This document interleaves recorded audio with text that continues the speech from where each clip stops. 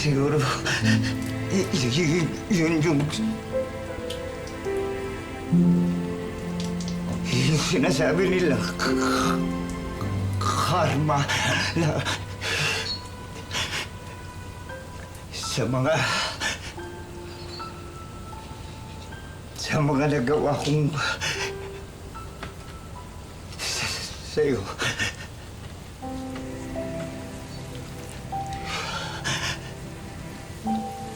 Pero alam mo, salamat na kasi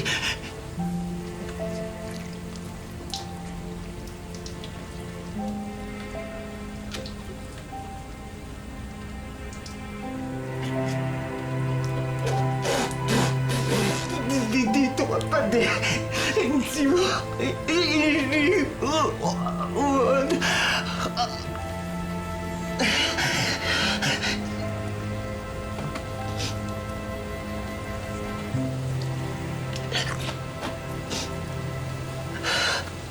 Faith?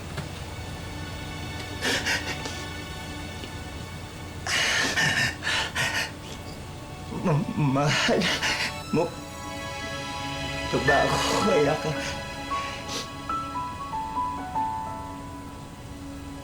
nandito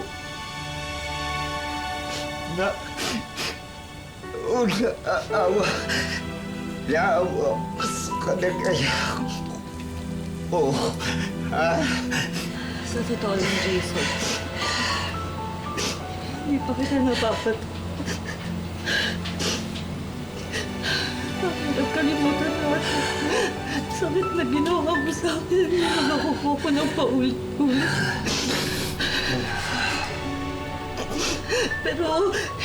Pero hindi ko sinasara yung puso ko sa'yo. Kasi ikaw pa rin naman yung ama ng anak ko. Hindi ko lang matiis na makita ka ng ganito. Hindi kaya ng konsensya ko na makita ka sa palagayan mo. Kaya andito ako para sa'yo. Pero sa totoo lang, Jason, hindi kita kaya matiis.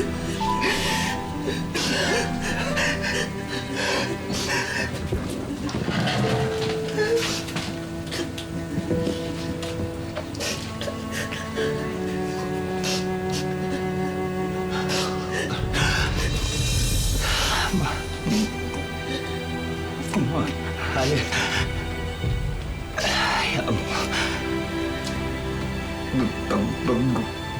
Pag gumaling na ako,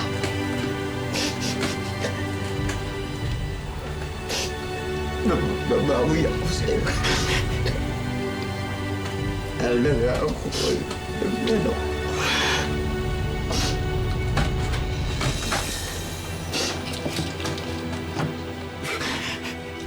Si Jason ay puno na ng pagsisisi ngayon.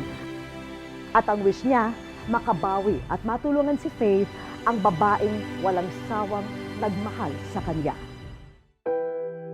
Siguro kung wala siya, may sakit ako, siguro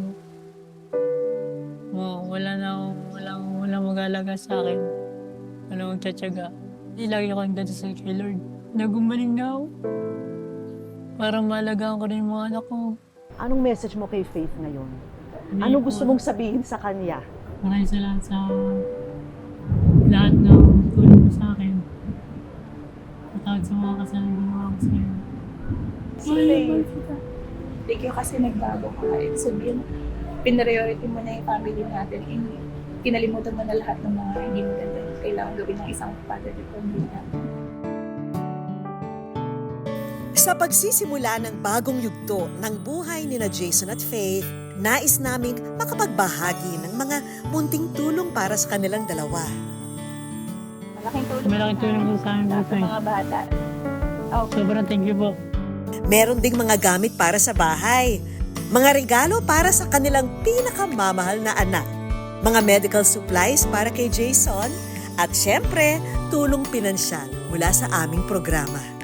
Malaking tulong na po talaga to. Sobrang dami na pong panimula para sa pamilya namin. Sobrang thankful po. Sa lahat po ng mubo na wish ko lang maraming salamat. Tulong niyo po sa amin. Mga